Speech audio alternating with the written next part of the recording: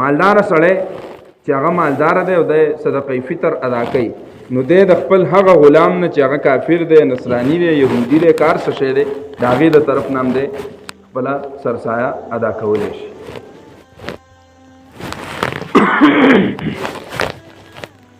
د صدقه فطر فائدې څه دي؟ د ټولو نه لویه فائدې دا ده چې انسان صدقه فطر ادا کی نو دا په دې روزه کې داسې حیثیت لري لکه څنګه چې په فرض منځ کې سجده سهو حیثیت لري. دا طلبه علما په دې خبره په دې شرعي مسلو باندې پوهیږي چې سجده سهو د څه د وجې واجب کیږي په انسان باندې. مختصره خلاصوي کلام دا دی چې کله په منځ کې د انسان نه څه کمی بیشی راشي نو په هغه وخت کې په انسان باندې سجده سهو راشي. سجده سهو چې دی وشي نو الله تعالی ورته هغه کمی بیشی معاف کړي. دغه شان که یو کس صدقه فطر ادا کوي او د پوره میاشت رمضان المبارک دا روجي ونیوي نو د دنه که چرته څه کمی بیشی شوی په دې روجو کې الله تعالی ورته د دغې صدقه فطر د وجې نه دغه کمی بیشی معاف کړي. دویمه فائدې دا ده چې د انسان چې کوم د الله تعالی نه د خپل روجو په باره کې د قبولیت هغه امید وي په هغې کې دا زیاتوالی راوړي. عربو ته رجاء القبولیت وایي.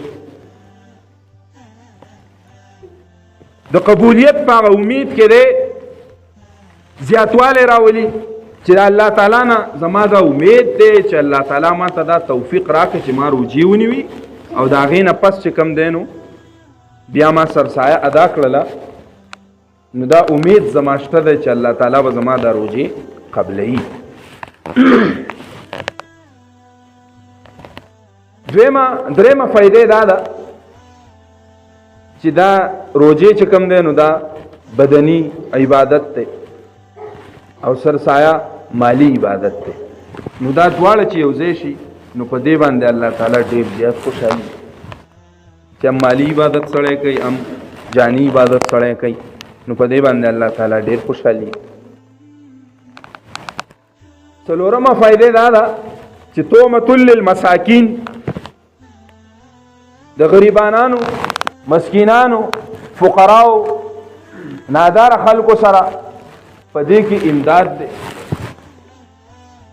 ستا بچی ته مالدار هغه غوړه روټۍ خوري چې ته چاله سرسایه ورکړې یو غریب له د هغه غریب یتیم بچی چې کوم دی هغه هم په دغه سحر باندې د اختر په سحر باندې غوړه روټۍ خوري.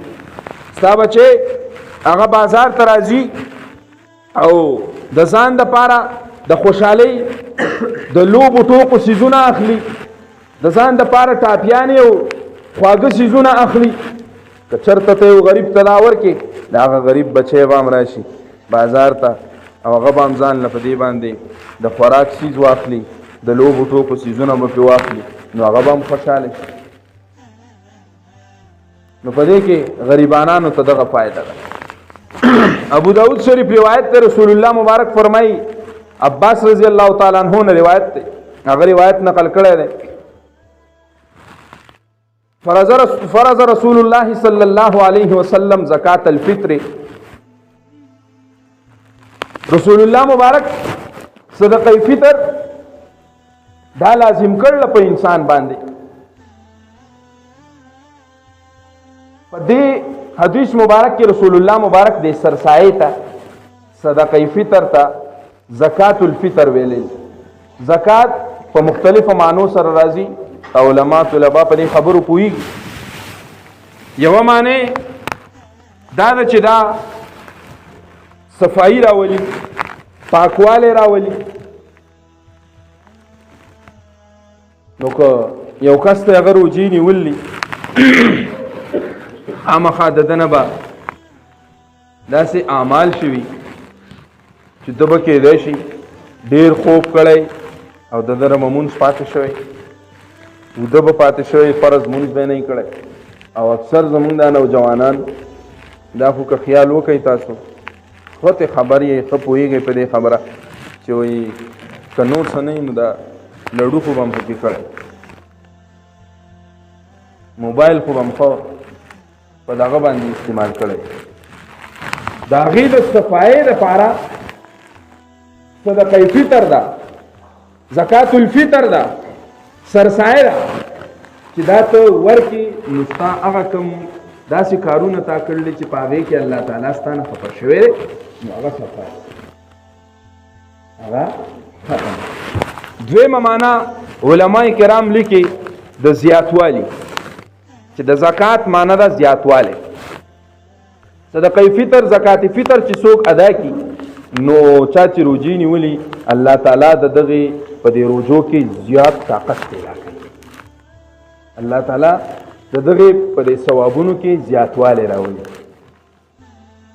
نو د دې وجه نه ورته زکات فطر چې کوم دی دا ویل کېږي. صدقه فطر چې څوک ادا کوي، سرسایه څوک ادا کوي نو د هغې په روجو کې به طاقت راځي، هغې په ثوابونو کې به زیاتوالی راځي. دا به په کم وخت کې انسان ادا کوي؟ امام ابو حنیفه رحمت الله علیه فرمایي چې په رمضان المبارک کې په هر وخت کې په اولنۍ عشره کې، دویمه عشره کې، درېمه عشره کې د اختر د مونځ نه مخکې په هر ټیم کې ته ادا کولی شي.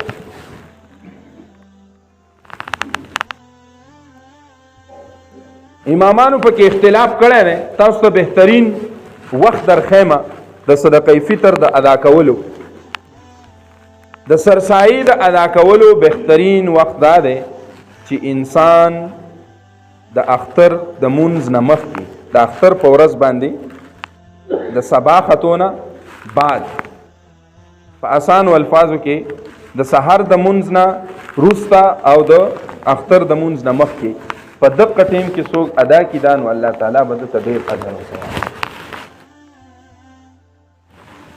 عثمان غنی رضی الله تعالی عنہ څومره مالدار صحابي تیر شوی دی، د هغې د سخاوت د قصو نه مونږ او تاسو خبرې.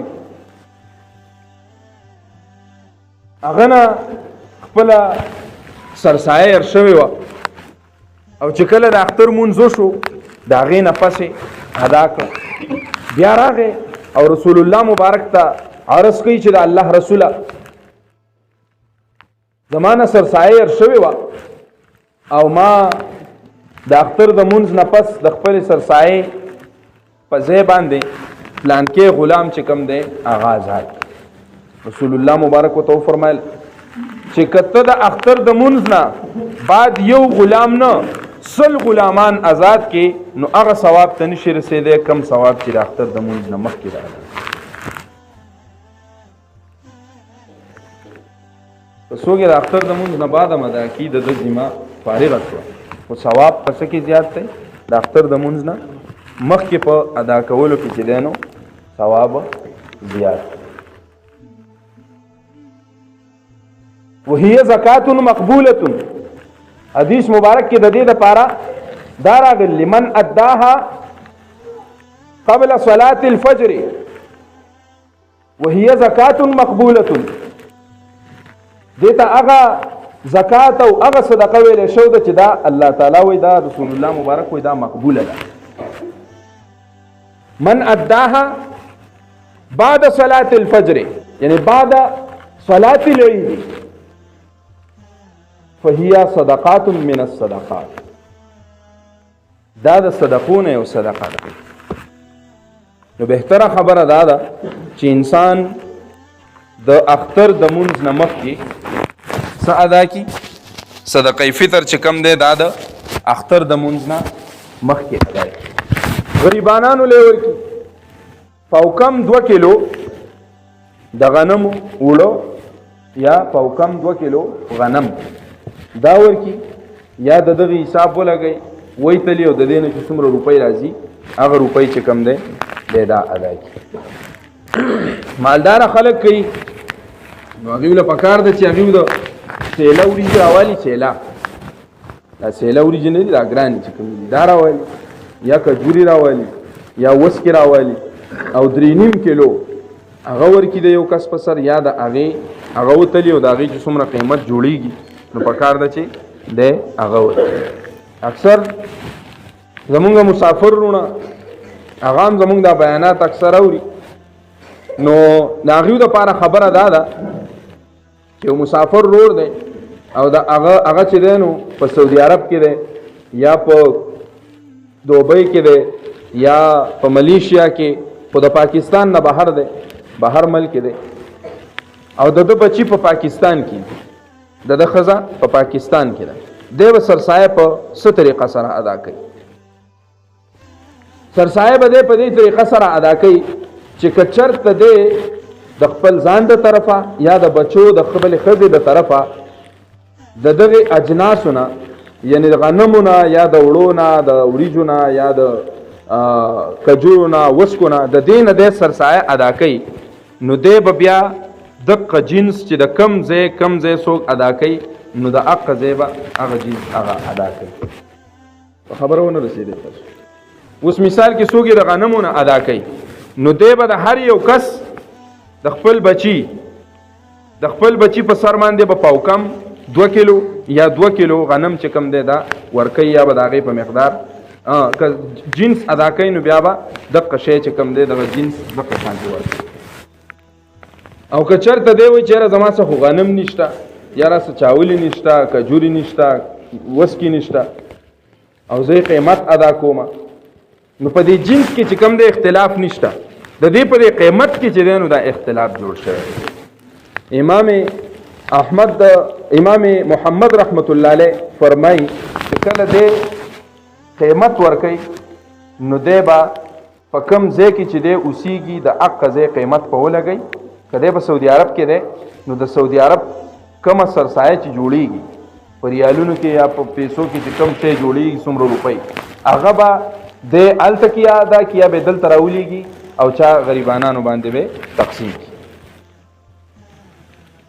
امام ابو یوسف رحمت الله علیه فرمایي چې داسې نه چې کم ځای کې څوک اوسیږي، یعنی که هغه په سعودي عرب کې اوسیږي، نو پکار ده چې هغه د سعودي عرب خپله سرسایه ادا کړي. که دی په پاکستان کې د بچي اوسیږي، نو د پاکستان چې کومه سرسایه عامه ده پکار ده چې دی هغه سرسایه ادا کړي. په دې دواړو کې تطبیق چې کوم دی هغه به څنګه کوو؟ تطبیق په دې دواړو کې دا کوو چې انفع للفقراء، هغې ته به مونږ ګورو چې فقراو ته په کوم شي کې فایده ده، نه په فقراو ته په کومه کې ده. نو فقراو ته فایده په دې کې ده چې ته ډېرې روپۍ ورکړې، ته سرسایه ډېره ورکړې، نو په دې کې چې کوم دی فقراو ته فایده ده. نو د امام محمد رحمت الله علیه دا قول چې کم دی دا احوت ته، دا قول چې کم دی دا مضبوط ته، دا د احتیاط چې کم دی هغه په تناظر کې مونږ او تاسو له پکار ده چې د امام محمد رحمت الله علیه په دې قول باندې عمل وکړو. چې یو سړی په سعودي کې دی او بچي دلته دي، نو پکار ده چې د سعودي عرب هغه سرسایه چې کم دی هغه په دې پاکستان کې ده کې هلته کې چانه وکړي. د بالغ بچی یا د ښځې په پلار باندې چې کم دی دا سرسایه نشته دی، که د خپل طرف یې ادا کوي ادا کولی شي. خو په نن سبا زمانه کې پکار ده چې موږ د خپلو ښځو سرسایه ادا کړو. ولې؟ ځکه چې که هغه غریبه د کور نه چېرته 1000 روپۍ 2000 روپۍ راوړي او موږ ته یې راوښیي چې دا 1000 روپۍ 2000 روپۍ مې ماله پلار را کړلې، موږ راوړلې، موږ ته یې لږې وښایه موږ ته چې موږ ته یې وښیو کش دې کړي، یا غریبه به یې څه نه ادا کوي، په خپلو روپو کې د هغې اختیار نه وي. پکار دا ده چې موږ یې د خپلو بیبیانو د خپلو ښځو د طرفه هم ادا کړو. او که بچی داسې دی چې د پلار نه ګټه وټه کوي، نن سبا خو ور څوک ځان په ځان نه، خو بعضې بچي دي چې هغه پیسې ګټي او پلار لی ورکوي، نو پکار ده چې پلار یې دې سړي له پخپله ورکړي دې هلک له چې ته چاله ورکړه، یا یې پلار د ده طرفه ادا کړي. او که د پلار نه جدا دی، نو په پلار چې کوم دی نو د بالغ بچي سرسایه